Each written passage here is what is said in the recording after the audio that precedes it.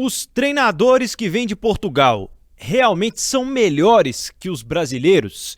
Por que é que tem tantos treinadores de Portugal invadindo o nosso futebol e também muitos portugueses que estão mundo afora fazendo sucesso? A gente vai falar de nomes, né, como Pepa, contratado pelo Cruzeiro recentemente, mas por que não José Mourinho e companhia, treinadores de Portugal, realmente vêm fazendo muito sucesso. Este é o Rotas da Bola, seja muito bem-vindo, muito bem-vinda. Em vídeo, também no YouTube de O Tempo, mas a edição de número 74 do podcast Rotas da Bola, o podcast de futebol internacional aqui do time de O Tempo Esportes. Eu sou o Pedro Abílio e comigo o editor do Tempo Esportes, Fred J. Tudo bom, Fred? Tudo bom, Pedro. Uma nova invasão, um novo redescobrimento, será? Nossa Deus, verdade, um novo redescobrimento e dessa vez quem trouxe o navio foi o JJ. O JJ, ele acho que mudou o rumo desse navio. Os que vieram antes naufragaram muito cedo. Acho que não chegaram nem na metade do caminho, para falar a verdade. O JJ abriu o Jorge Jesus abriu para falar, né, abriu um mar de oportunidades para vários outros. Não significa um carimbo de qualidade. Essa é a primeira avaliação que eu faço, apesar de ter a certeza que o melhor técnico do futebol brasileiro é um português. E a gente vai falar muito sobre ele também. O podcast Rotas da Bola também vai discutir essa possibilidade, né, de um treinador brasileiro, aliás, um treinador estrangeiro assumir a seleção brasileira, além de outros aspectos que envolvem essa importação cada vez maior de técnicos, não só em Portugal, mas muito movimentando também o mercado aqui na América do Sul.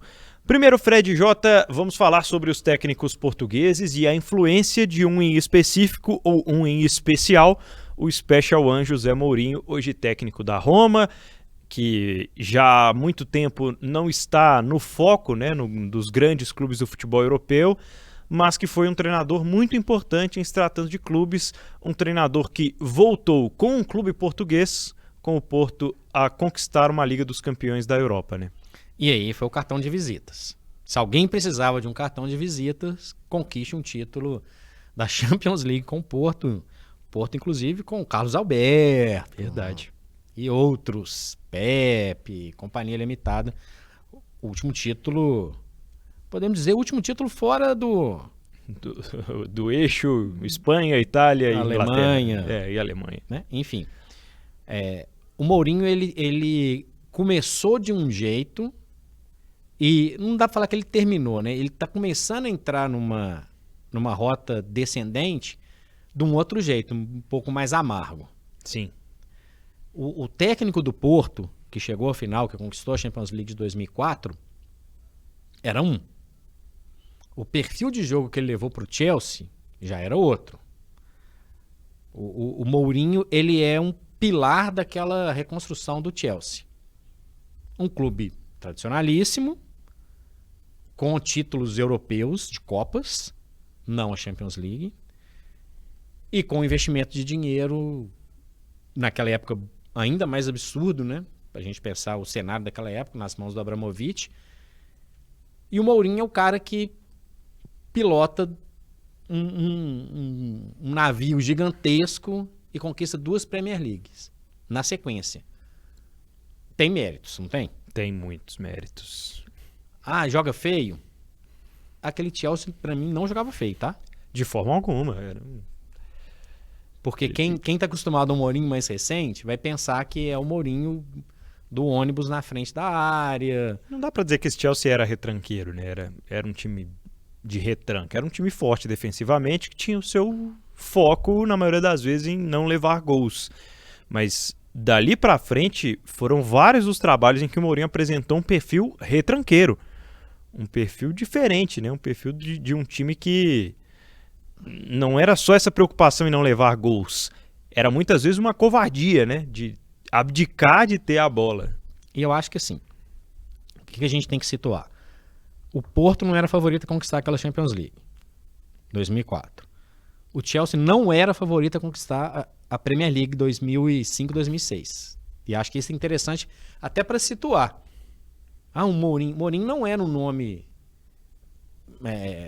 estelar quando ele vai para a Inglaterra. Ele era uma grande aposta. E, aliás, vem da sua chegada na Inglaterra que ele solta o Special One, né? Que marca a carreira dele. Ele treinou um Real Madrid que fazia muitos gols. E eu acho que o pacote que ele entrega, o pacote que ele usa como sua credencial, é uma mistura desse pedaço da carreira dele até a Internazionale. Então, Porto, Chelsea, Real Madrid, não nessa ordem, e Internazionale. Campeão da Champions também com a Internazionale. Ele comanda equipes diferentes, ele consegue taticamente ajudar as equipes a conquistar objetivos e ele se mostra um grande estrategista, por mais que às vezes se perca um pouquinho em alguns momentos. Nem tô falando de ser muito falastrão, mas eu digo que ele se perde muito, às vezes, no formato de jogo dele. Lembrando que ele originalmente era um auxiliar do Guardiola no Barcelona. Ele tem essa história antes que é muito interessante, imaginando o caminho que cada um seguiu e a rivalidade que cada um teve depois. Porque depois ele começa a ter uma carreira, para mim, que já é o início da decadência dele. Ele apresenta, no seu retorno do Chelsea, já muito mais nervoso, muito mais irritadiço. Vai para o Manchester United no momento de transformação, ganha uma Liga Europa, porque ele é um papa-títulos, mas já não é muito legal ver o time do Mourinho. Vai para Roma e conquista uma Conference, papa-títulos. Mas é legal ver a Roma jogar? Não é não. Mas acho que ele abre uma porta e ele mostra que tem como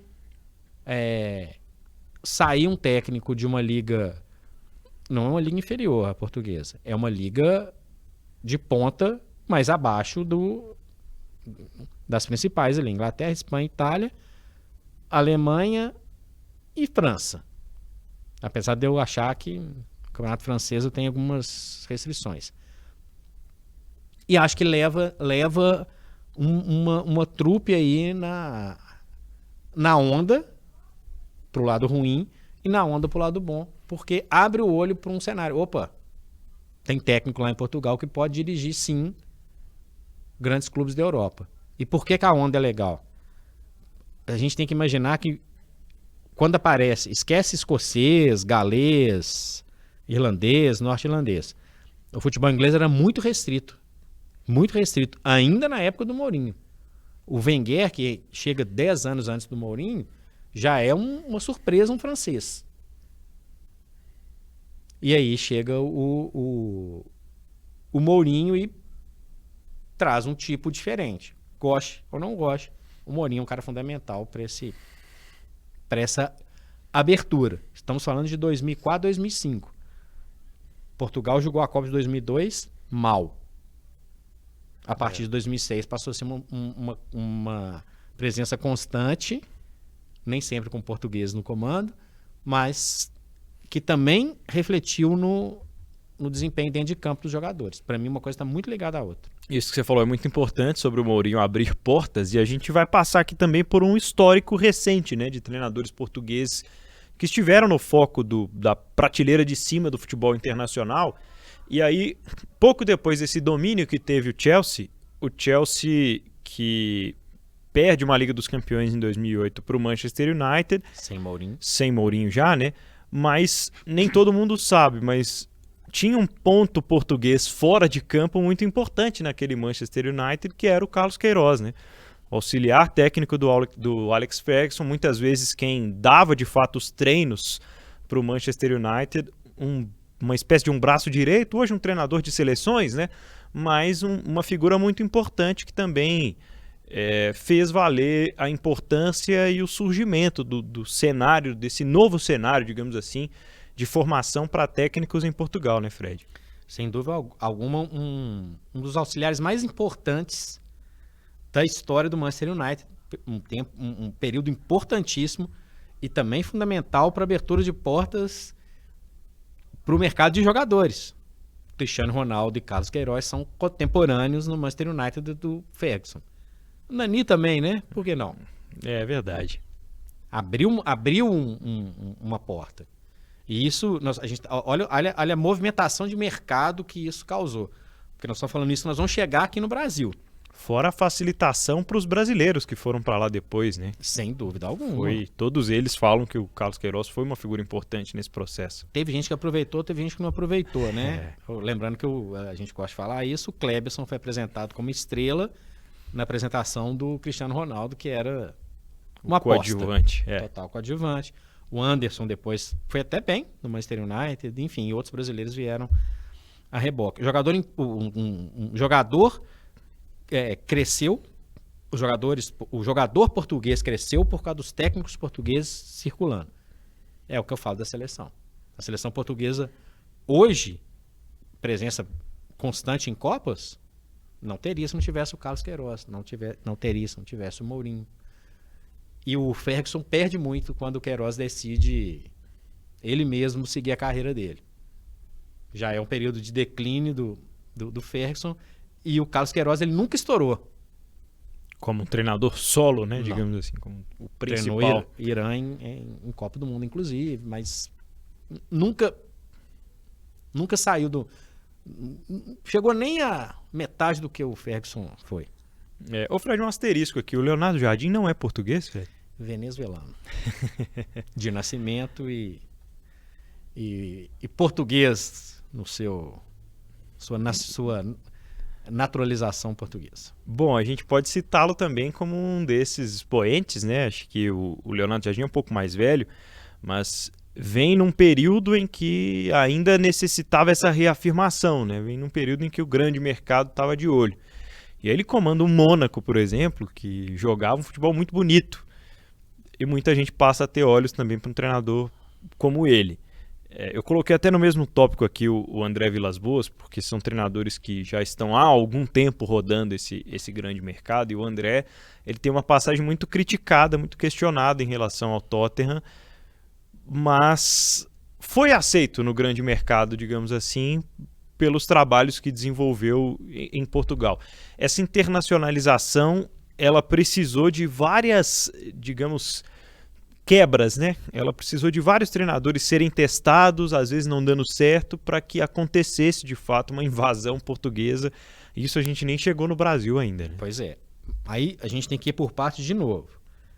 Mais uma vez a gente tem que reforçar o tamanho do Mourinho. Porque o Mourinho já chegou lá, abriu a porta. Ganhou, arrumou o espaço dele, do jeito dele, foi embora. O Carlos Queiroz já estabelecido. Não é tão fácil assim. Aí o André Vilas-Boas dirige 2 ingleses, porque ele passa pelo Chelsea também. O Chelsea aposta e ele falha, ou a própria triturador do Chelsea ejeta ele. Dá a impressão de que ele vai ser um treinador, mais do que um treinador efetivo ali no comando, de ser um ótimo gerenciador. Ele era um técnico de futebol manager, né? É verdade. Vilas-Boas. E ele veio com uma ideia moderna e tal. Nunca conseguiu colocar em campo o que ele pensava fora. Então ele sai do grande mercado, vai para a Rússia, hoje inclusive desempregado, mas ele não consegue... Ele é aceito pelo mercado, mas ele não absorve o mercado. Então ele fica naquela via marginal. Se o Mourinho, já em franco declínio, disputa o campeonato italiano, o Vilas-Boas simplesmente sai do mercado. E o Leonardo Jardim também. Tá no Chabab, lá no Oriente Médio. Tá fora do mercado. Então é muito difícil. Então a gente volta no Mourinho por quê? Porque é muito bacana o que o Mourinho fez. É muito difícil o que o Mourinho fez. Ele abre porta, ele mostra que tem possibilidades, mas ele se mantém no patamar. Ele é o Special One. Ele tá lá. Ele tá lá. Como desbancar Mourinho? É verdade, é a grande missão dos treinadores portugueses que vieram em seguida, e eles mostram agora várias influências diferentes. A gente vai até falar um pouco sobre a formação deles daqui a pouco, Mas temos uma nova geração, eu vou incluir nesse pacote aqui o Nuno Espírito Santo, né, que acho que chegar ao campeonato inglês como treinador é tão difícil que esses portugueses são destaques a partir desse momento, né? Eles saem de Portugal para tomar trabalhos em outros países, mas o estabelecimento na Premier League e a confiança que eles ganham, né, no campeonato inglês, abrindo cada vez mais as portas para outros portugueses virem, passa a ser muito importante. Hoje nós temos duas figuras mais jovens, né, e que são destaques, o Marcos Silva, o Bruno Lage, todos com trabalhos um pouco mais consolidados, assim, digamos, em outros momentos do futebol europeu, mas a torneira não fechou, Fred. Eles continuam saindo de Portugal, rumando a outros países, inclusive na complicada Premier League. Se a gente tivesse que escolher um técnico revelação na Premier League desta temporada, o Marcos Silva, se não for ele está no bolo. Porque ele pega o Fulham, sai da segunda divisão e encara a turma. Ele consegue, é o melhor trabalho dele, né? Já rodou, mas e foi escorraçado antes, né? Teve bom momento também, claro, mas até chegar ao Fulham exatamente. Foi um grande processo. Rodou, tinha uma expectativa grande, não correspondia, teve camisas importantes, tradicionais na mão, não funcionou, chega no Fulham e faz uma campanha extremamente estável. E depois de uma campanha muito acima dos adversários na Championship, né? Foi nadou de braçada. Anos-luz. Nadou de braçada. O Nuno, o Marcos Silva, não sei qual salto que ele vai dar. O Nuno deu e caiu. Foi hiper bem talvez na equipe mais portuguesa da Premier League, né? Que era o Wolverhampton. Explica-se, né? Tem influências de bastidores, empresários ligados, Jorge Mendes e muitos jogadores portugueses. A leva de jogadores e portugueses. Uniforme verde escuro com vermelho, teve de tudo. Umas temporadas. O Nuno vai pro Tottenham e fracassa. Eu imaginei que tinha sido uma boa contratação do Tottenham. Que ele poderia, né, pelo conhecimento que ele agregou ali, e ele... Que tem sido também, assim como o Chelsea, um grande triturador de trabalhos, né, de treinadores. Nós não vamos falar disso não, mas os próprios técnicos às vezes trituram o time, né, falando do Conte, que às vezes abre a boca e fala bobagem demais, enfim. Mas o fato é que dessa turma que vem depois, o Nuno vai muito bem e não dá o salto. O Marcos Silva tropeça e se estabelece. Ao que tudo indica, ele terá mais um ano de Premier League no Fulham. Mais grana? Provavelmente. Um estágio maior? Também. Que tá vindo? É um técnico para ficar de olho. E lembrando que o Bruno Lage chegou a ser cogitado pelo Corinthians, né, Pedro? É verdade. Aí tem que explicar quem que é o Bruno Lage também. Treinador português, né, de passagem, acho que mais marcante pelo Benfica, sim, certamente, e que existe ainda muita expectativa pela pouca idade, pelo grande trabalho que fez em Portugal, né? Acho que é o nome, assim, dos mais jovens que a sensação que fica é que a qualquer momento ele vai ter esse salto, essa oportunidade. Aí o salto tem que agarrar. Porque senão nós vamos fazer o quê? Lembra do Mourinho? Pois é. Então esses todos que a gente falou depois, todos com potencial, todos com bons trabalhos, mas ainda não deu aquele estouro que o Mourinho deu. O podcast Rotas da Bola está discutindo hoje os treinadores portugueses, os treinadores estrangeiros invadindo aqui o futebol brasileiro. A gente contextualizou viajando pelo futebol europeu, mas a nossa viagem chega ao Brasil com um 2019 avassalador de título que não vinha há algum tempo, de um título de Libertadores muito celebrado, de Jorge Jesus, que ganhou uma constelação e conseguiu, né, transformar essas estrelas realmente num grande conjunto no Flamengo, Fred. E aí abriu a porteira por aqui também. O Jorge Jesus a gente tem que contextualizar também, Pedro. Ele tinha a seu favor o poderio econômico do Flamengo, que Sim. é maior.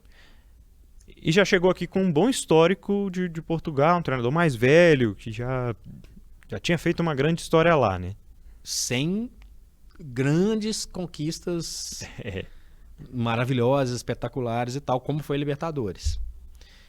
Ele tem a seu favor esse poderio econômico, consegue fazer um time muito bom jogar, ser efetivo, jogar bonito, fazer gols, jogadores que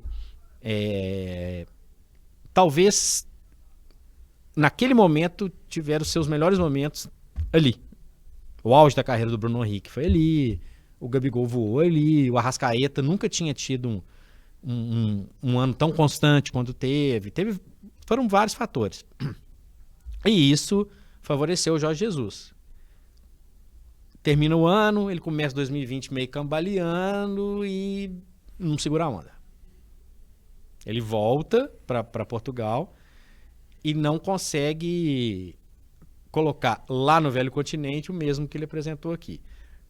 Se ele tivesse ficado mais um tempo na fritura no Brasil, talvez não teria tido uma lembrança tão 100% de acerto. Certeza. Então ele comandou o Flamengo em 2 títulos importantes, Libertadores e Brasileiro, jogando bonito, etc e tal. Vira o ano, mínimo sinal de desequilíbrio e a saída. Ele virou Deus, até porque o Flamengo contratou outros técnicos que conquistaram também, mas que não deixaram o legado de jogo, né? Que foi talvez o grande aspecto é que a gente viu um futebol bonito, né? Exatamente. Bem organizado e tal. E isso não aconteceu com o Domenech, Pelo que contrário. não é português, mas, né? E o Vitor Pereira fica a seu critério. Deixa você falar sobre o Vitor Pereira. E até mesmo o Paulo Souza, né? Que foi outra passagem terrível. terrível. Que a única coisa de legado que deixou foi o telão grande que comprou lá para os treinos, né? E a prova, Jorge Jesus, Vitor Pereira e Paulo Souza, né? O Flamengo. A receita é interessante. Vou dar minha opinião. Eu acho ótimo, tá? Uhum. A porta que foi aberta eu acho ótima. Porque o futebol brasileiro precisa de outras ideias. Precisa de ideias mais evoluídas, precisa de concepções de jogo diferentes. Precisa de mudar um cenário que estava um pouco estagnado. Agora, todo mundo que vem é bom? É isso que a gente está falando aqui. Nem sempre. Às vezes você abre a janela, vem o sol, mas depois vem a chuva. E aqui em Minas Gerais, Fred e Jota, tivemos as passagens, né? Do Sérgio Vieira pelo América, do Paulo Bento pelo Cruzeiro. Nenhum sinal de que conseguiriam se firmar, uma adaptação completamente que não aconteceu, simplesmente não aconteceu. Pré-Jorge Jesus. Pré-Jorge Jesus, vamos lembrar. Nenhum dos dois, e os dois clubes em situação diferente daquele Flamengo Totalmente, verdade. do Jorge Jesus. É. O América num outro patamar, uma outra situação, o Cruzeiro num processo de transformação entre a equipe que foi bicampeã brasileira e a equipe que seria bicampeã da Copa do Brasil. Dá pra falar que o Paulo Bento tinha um baita elenco na mão? Não dá. Não dá. O Sérgio Vieira muito menos. Era um outro período do América. O Paulo Bento, eu até acho que ele, em condições, um elenco melhor, um período um pouco mais estável, ele poderia sim ter feito um bom trabalho. É um técnico de Copa do Mundo. Treinou a Coreia no último Mundial. Poderia ser interessante. Talvez o momento complicou. E aí tem um choque de cultura, né, Pedro? Totalmente. Tem um jeito de falar. Treinar no dia do jogo. Treinar no dia do jogo. E outras coisas. Né? Bicou com a imprensa. Né? Se você bica com a imprensa ganhando, beleza. Você bica com a imprensa com um trabalho mais ou menos, que a gente tem um grande exemplo aí, nós vamos falar dele, de quem bica com a imprensa, ganha todo ano e tá tudo tranquilo, né? Bom, simplesmente o campeão de tudo aqui no nosso continente, né? O cara que já experimentou todas as sensações vencedoras Acho que com exceção ao Mundial de Clubes, mas aí por razões óbvias. Mas Abel Ferreira é o grande ápice. Se você tivesse que escolher entre o Abel e o Jorge Jesus, eu acho que eu já sei sua resposta. Mas quem é que você escolheria, Abel. Fred?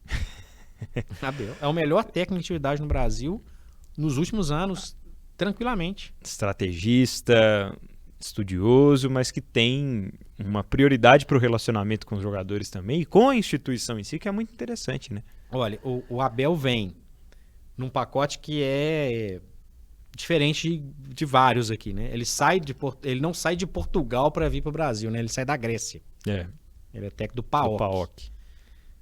E chega e naquele acesso de xenofobia que às vezes, né, domina esse debate, ele é achincalhado, né?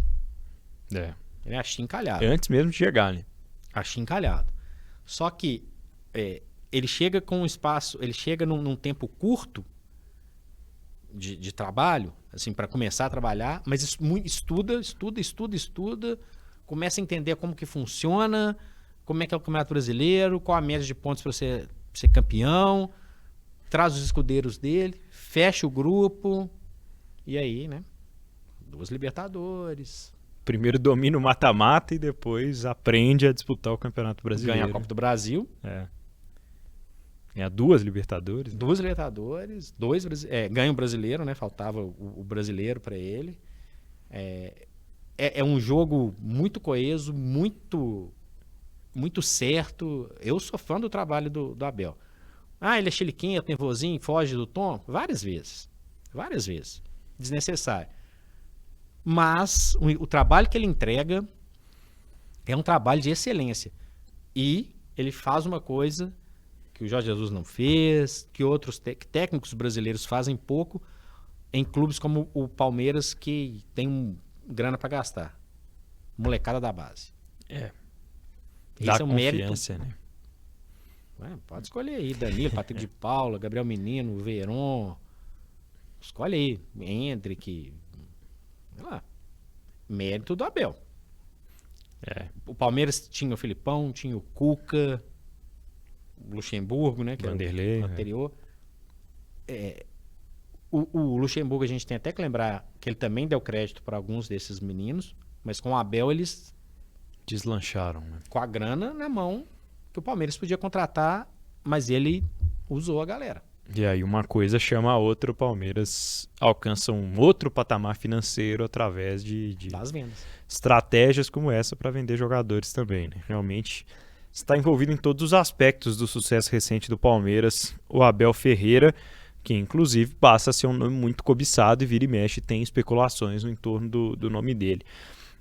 Só para a gente fechar aqui com os portugueses, Fred, vou te fazer uma pergunta num balanço sobre os portugueses menos badalados e que temos nesse momento tem alguns ainda em atividade aqui no futebol brasileiro. Jesualdo Ferreira passou pelo Santos, Luiz Castro atualmente no Botafogo, Antônio Oliveira rodou pelo Brasil, né, no Atlético Paranaense, antes no Cuiabá e agora no Coxa. Vitor Pereira, que antes no Corinthians rompe de uma forma muito brusca para depois assinar com o Flamengo numa estratégia errada para muitas pessoas em relação à condução da sua carreira. Falamos aqui do Paulo Souza no Flamengo, o Renato Paiva e o Pedro Caixinha, atualmente no Bahia e no Red Bull Bragantino. E aí, o balanço com todos esses nomes é mais positivo ou mais negativo? Se a gente for contar só esses nomes, negativo.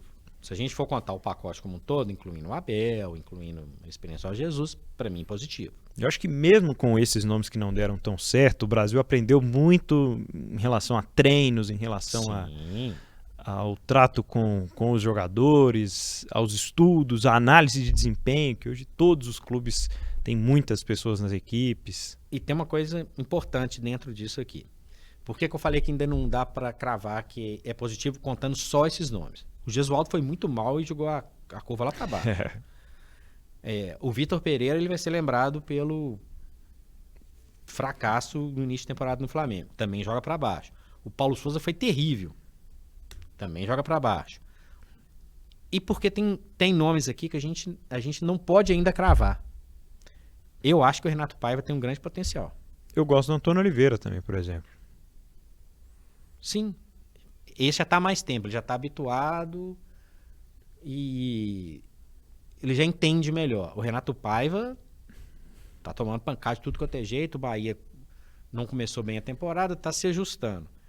Mas ele tem potencial até pelo histórico anterior dele.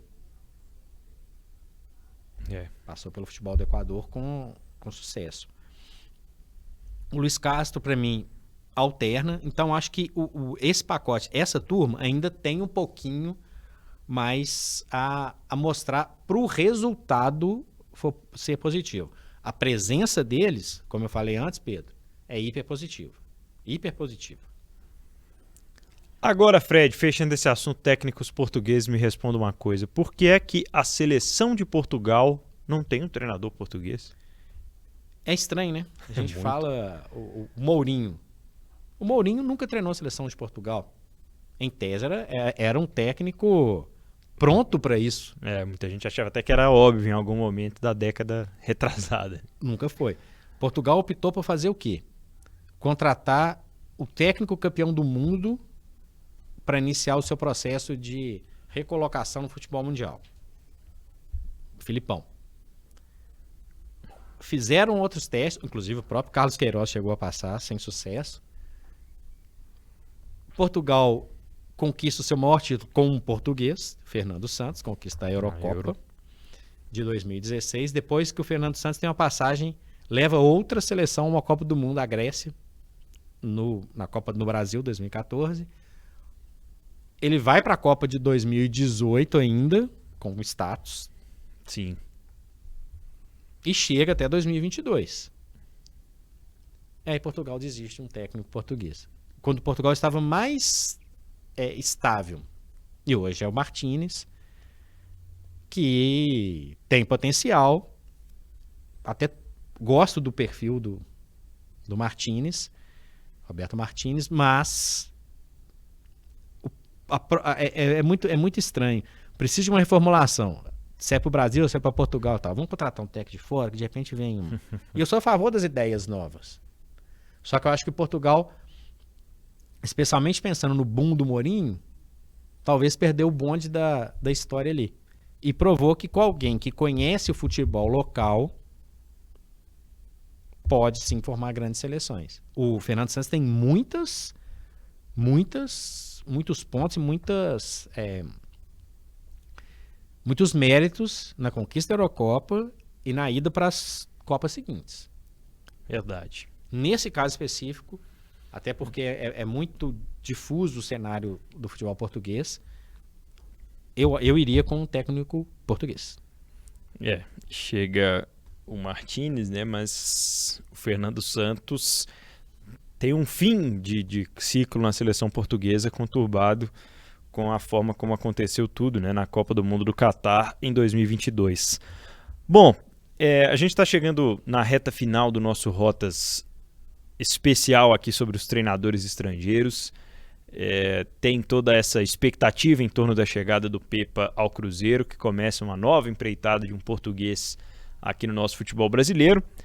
E o Super FC Debate, aqui da casa, aqui da Rádio Super e também do time de O Tempo Esportes, conversou na última semana com o Rui Viegas, jornalista da Rádio Renascença de Portugal, e chamou muita atenção quando ele foi perguntado sobre essa situação dos treinadores portugueses estarem invadindo aí o mundo da bola, e ele respondeu indo de encontro ao que a gente falou aqui, né, sobre uma busca por qualificação que começou lá atrás com José Mourinho, e ele cita alguns outros treinadores, alguns até que citamos aqui no Rotas também.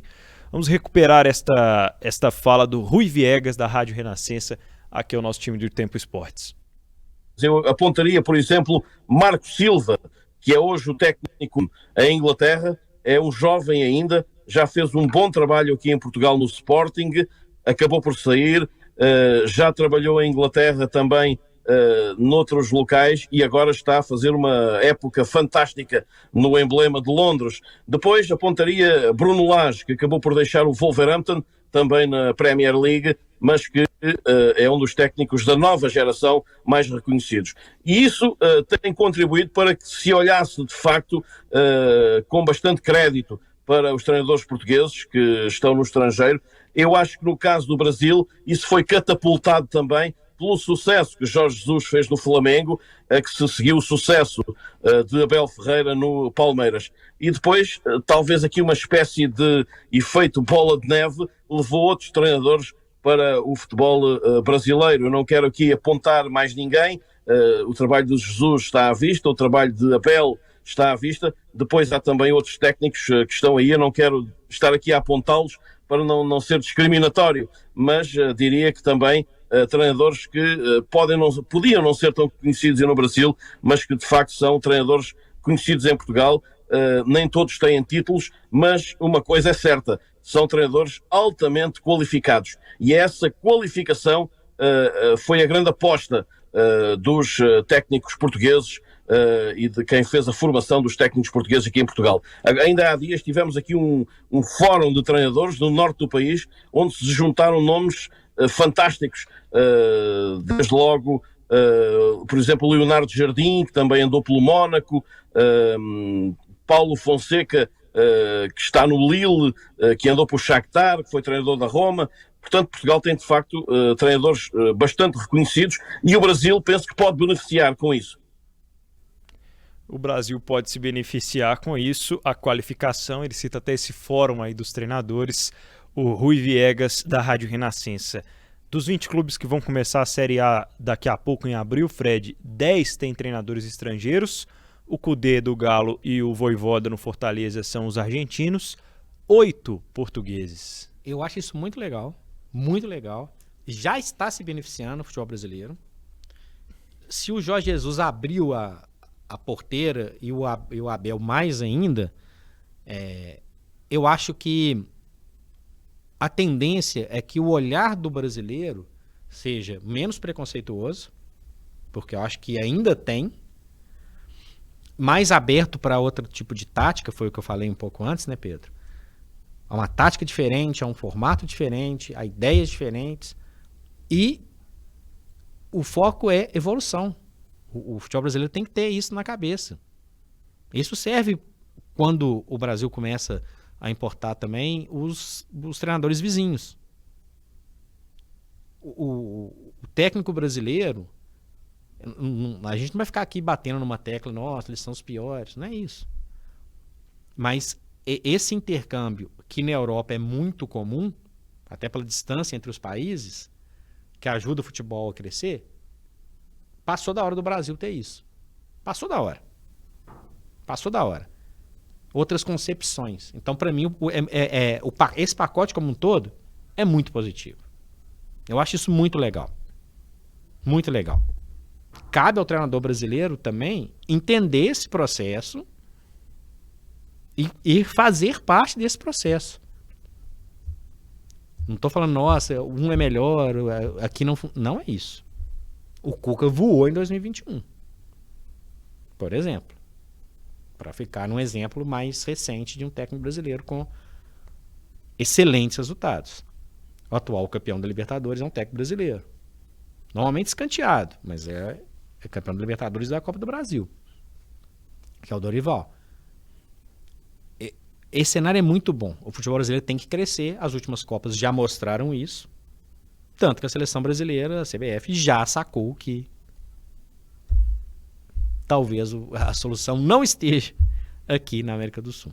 A gente está gravando esse podcast no momento em que o Ramon Menezes é o técnico interino da seleção brasileira, mas muito se fala no nome do italiano, o Carlo Ancelotti, para substituí-lo, entre outros estrangeiros, inclusive o Abel Ferreira, né, foi especulado depois da saída do Tite após a Copa do Mundo no Catar.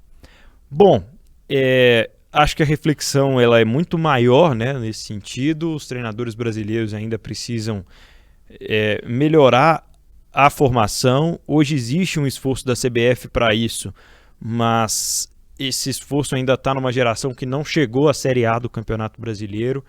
Existem muitos aspectos mais modernos com os treinadores mais tradicionais, mas esses treinadores mais tradicionais já não vão fazer, por exemplo, o curso para a UEFA Pro, né? Já não vão ser treinadores na Europa mais. E hoje são pouquíssimos, né? Acho que a gente pode citar aqui o Silvinho, né? Treinou o Corinthians recentemente, foi forjado treinador na Europa, fez a sua carreira como jogador de futebol na parte de maior sucesso, obviamente, no futebol europeu, e hoje é treinador da seleção da Albânia. Então, assim, são coisas que a gente ainda está vindo engatinhar, né? O Filipão é um dos poucos exemplos que tem uma passagem pelo Chelsea, pela seleção portuguesa, mas estamos muito distantes de fazer o movimento contrário, ou mesmo de não conviver como uma ameaça, né, a presença do futebol, do treinador português ou do treinador estrangeiro aqui no futebol brasileiro. Assim como, num outro patamar, a questão de direção. O atual líder da Premier League, o Arsenal, tem um diretor brasileiro, que é o Edu, que tem uma passagem como jogador pelo clube, mas que se especializou também fora de campo para atender a exigência de um gigante europeu. Esse é um assunto, obviamente, para um outro Rotas da Bola, mas aqui ilustra dentro desse pacote que a gente está falando, Pedro. É isso. Para fechar este episódio do Rotas, Fred, já que falamos tanto dos estrangeiros, acho que depois podemos até aprofundarmos mais nesse assunto, caso isso vá se concretizando. Mas o Ancelotti na seleção seria um nome que te agrada ou você queria ver um outro português aí? O Ancelotti é um baita técnico. É um baita técnico. Teria curiosidade para ver como ele ia entender como a banda toca por lado de cá. E numa seleção também, né? Não vai treinar todo dia, não vai... Exatamente. Vai treinar de tempos em tempos. Ele vai conhecer a maioria dos jogadores. Essas estrelas aí. Ele vai lidar com a maior tranquilidade do mundo. Agora, é uma influência tática que pode ser muito importante. Só que a seleção joga menos do que um clube e a gente vê menos. E pode ser que seja um processo demorado. Para qualquer um. Se não tiver preconceito... Porque eu insisti muito nessa palavra, porque tem muito preconceito. Se o cara chega e estoura, que lindo. Se o cara erra, ele é gringo, ele é isso, ele é aquilo. Pra quê? Tá tirando vaga daqui. E eu acho que não é por aí. É uma grande aposta, se realmente for uma grande aposta. Um técnico que pode moldar a seleção brasileira num jeito diferente do que a seleção brasileira foi conhecida, mas um cara que sabe lidar com esse monte de estrelas que nem sempre correspondem ao esperado por eles. Bom, acho que a reflexão que fica deste Rotas é que ao treinador brasileiro não cabe preocupação porque os estrangeiros estão chegando. Cabe ainda mais estudo e cabeça aberta. Uma das falas que mais me chamou a atenção nessa semana sobre o Pepa é que ficou todo mundo preocupado, né? Poxa, o Pepa não gosta disso, não gosta daquilo. E ele chegou e falou, não tem nada disso que eu não gosto e não vou usar. Eu não tenho nada, não tenho uma verdade só. Eu sou um treinador de cabeça aberta e talvez seja por isso, né, que os treinadores portugueses estão conquistando espaço porque se qualificam e porque não se fecham a uma só ideia. Rotas da Bola no YouTube de O Tempo em vídeo, também aqui no agregador de podcast preferido, através de otempo.com.br. Suas considerações finais para a gente fechar então este tema dos técnicos e principalmente os técnicos portugueses, bastante abordados aqui hoje, Fred. O recado é esse. A gente vive uma globalização. Parece que tem uma turma que não entende isso. Então, esse é um cenário de inclusão global. E isso é muito importante. Isso é um exercício que tem que ser feito. Que tenham mais técnicos, jogadores, dirigentes. A gente sabe que o futebol brasileiro precisa de um salto. E talvez o salto... A gente vai ver com essa mistura. Essa mistura é muito válida. E a gente vai ter a oportunidade, nós de Minas Gerais, de ver um trabalho, mais uma vez, primeiro não foi bom, Paulo Bento. O Sérgio Vieira também não. Agora a gente tem a terceira oportunidade com o Pepa para ver o que um técnico que tem uma carreira relativamente curta, sem grandes títulos, sem grandes camisas, o que esse técnico aprendeu, o que ele pode trazer para o futebol brasileiro. Isso vai ser um tema lá para frente. Mas eu tenho muita curiosidade para entender o que ele vai fazer de diferente. É uma expectativa. É isso. Há toda uma porta aberta, há uma facilidade com a língua, enfim. Está tudo desenhado para que o sucesso, né, do futebol brasileiro tenha também características de portugueses, de argentinos, de outros mais que puderem aparecer por aqui. Esqueci de citar aqui, eu me lembrei, esqueci de colocar, Thiago Miguel, mister treinador do Valério, na temporada passada. Treinou o Varginha, treinou o Valério. Temos portugueses nas divisões inferiores do Campeonato Mineiro também, viu, senhor Fred Jota? Com bom resultado ou mau resultado? Mais ou Cuidado com a menos. corneta. Mais ou menos resultado. Mais ou menos. Foi bem lá no Varginha, não chegou a subir, mas esteve ali se segurando no hexagonal. Depois treinou o Valério na terceirona, parou na semifinal, né? Por pouco não conseguiu tão sonhado acesso. Tem mais português que a gente imagina, hein? Tem, muito mais. Um abraço para você, até a próxima, Fred. Abraço. Muito obrigado a você que acompanhou mais um Rotas da Bola. Continue ligado com a gente, futebol internacional aqui no time de O Tempo Esportes.